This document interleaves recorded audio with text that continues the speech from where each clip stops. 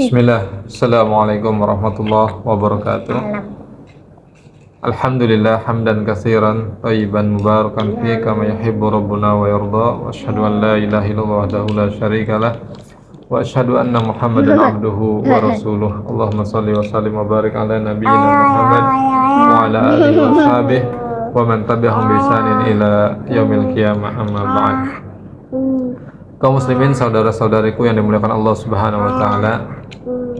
Insyaallah pada kesempatan yang mulia ini kita akan bersama belajar dari beberapa kisah yang insyaallah ini sangat berharga dan berarti untuk kita semua, apalagi kita sebagai orang tua dan juga kita sebagai pendidik yang memiliki tanggung jawab besar terhadap anak-anak kita semuanya.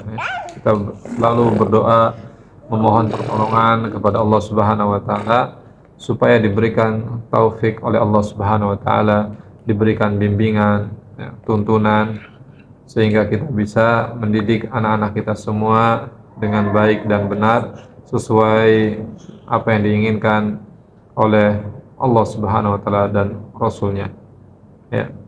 Karena tentu tidak ada pendidikan yang terbaik selain daripada apa yang telah diajarkan, ya, dituntunkan oleh Allah Subhanahu wa taala dan juga Rasulnya. Maka pendidikan yang terbaik adalah pendidikan yang selalu merujuk kepada Al-Quran dan juga sunnah Nabi kita Muhammad SAW, beserta mengambil contoh teladan daripada para sahabat-sahabat Nabi, kemudian para ulama dari kalangan tabi'in dan juga tabi'ut tabi'in. Barakallahu fikum jami'an.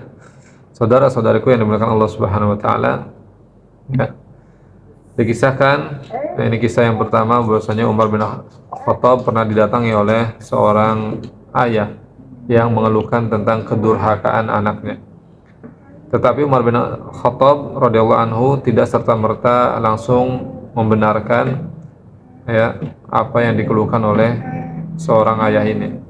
Sampai kemudian Umar bin Khattab memanggil anaknya ketika ditanya, wahai anak muda, ini bapakmu mengeluhkan tentang dirimu bahwa engkau durhaka kepadanya. Tapi kemudian sang anak memberi penjelasan kepada Umar bin Khattab bahwasanya justru bapakku terlebih dahulu yang telah durhaka kepadaku.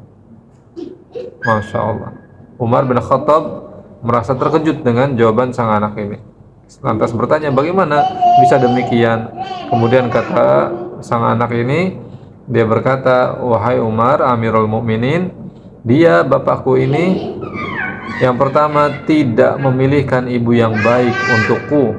Dia menikahi seorang wanita dari pinggir jalan. Maksudnya adalah wanita yang tidak bermoral. Ya. Kalau zaman sekarang bisa disebut wanita PSK, pekerja seks komersial. Waliyadzubillah. Kemudian yang kedua, bapakku ini tidak pernah memberikan pendidikan yang baik untukku, tidak pernah mengajarkan satu ayat pun dari Al-Quran. Ini yang kedua. Yang ketiga, bapakku ini, ayahku ini memberikan nama kepadaku dengan nama sembarangan, yaitu dengan nama serangga, kumbang. Ya. Subhanallah. Maka kata Umar bin Khattab, wahai laki-laki, kepada si bapak ini, sesungguhnya kamu telah durhaka kepada anakmu sebelum anakmu durhaka kepadamu. Subhanallah. Maka kita sebagai orang tua hendaknya introspeksi dan evaluasi diri ketika kita mendapati kedurhakaan dari anak-anak kita. Boleh jadi itu disebabkan kita yang telah melupakan atau melalaikan hak-hak yang seharusnya kita berikan kepada anak kita, sehingga kemudian timbal baliknya adalah kedurhakaan si anak ini kepada kita. Maka setiap orang tua hendaknya memperhatikan hal ini. Kemudian kisah yang kedua adalah kisah Abdul Aziz bin Marwan yang memiliki seorang anak bernama Umar yang dititipkan kepada seorang ulama yang soleh dan berilmu, yaitu Saleh ibn Kaisan. Umar dididik oleh Shalih bin Kaisan dengan pendidikan yang baik dan benar, ya. Dididik dengan ajaran agama, kemudian diajarkan Al-Quran dan juga diajarkan tentang akhlak, ya.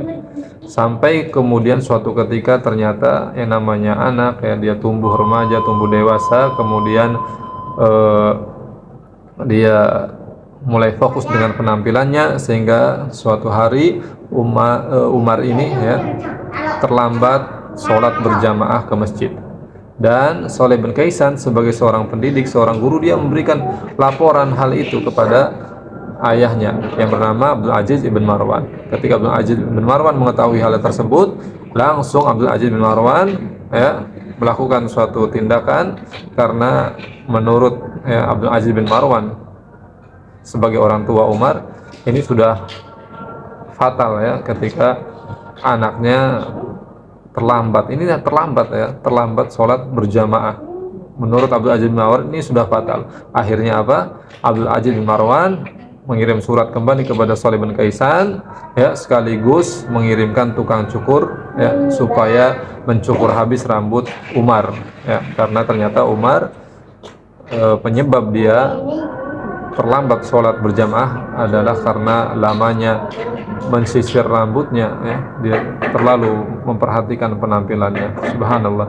Dan Umar merasa bahagia karena ternyata, ya, jauh di mata tapi dekat di hati, artinya bapaknya Abdul Aziz bin Marwan yang ada di Mesir itu memberikan perhatian yang luar biasa kepada Umar, meskipun jaraknya sangat jauh, tetapi Abdul Aziz bin Marwan sebagai seorang ayah tetap peduli, ya, kepada anaknya, memperhatikan, bahkan melihat setiap perkembangan dan juga setiap masalah yang dialami oleh anaknya, yang melalui pendidikan seorang guru bernama Shalih bin Kaisan yang selalu memberikan laporan dan lain sebagainya. Subhanallah. Maka ini orang tua, ya, penting sekali. Yang pertama, memperhatikan hak-hak anak yang harus kita tunaikan. Kemudian juga jangan pernah kita lupa untuk selalu meminta perkembangan, ya, mengenai anak kita apabila kita titipkan kepada guru, atau zaman sekarang, ya, kepada suatu lembaga, sekolah dan lain sebagainya.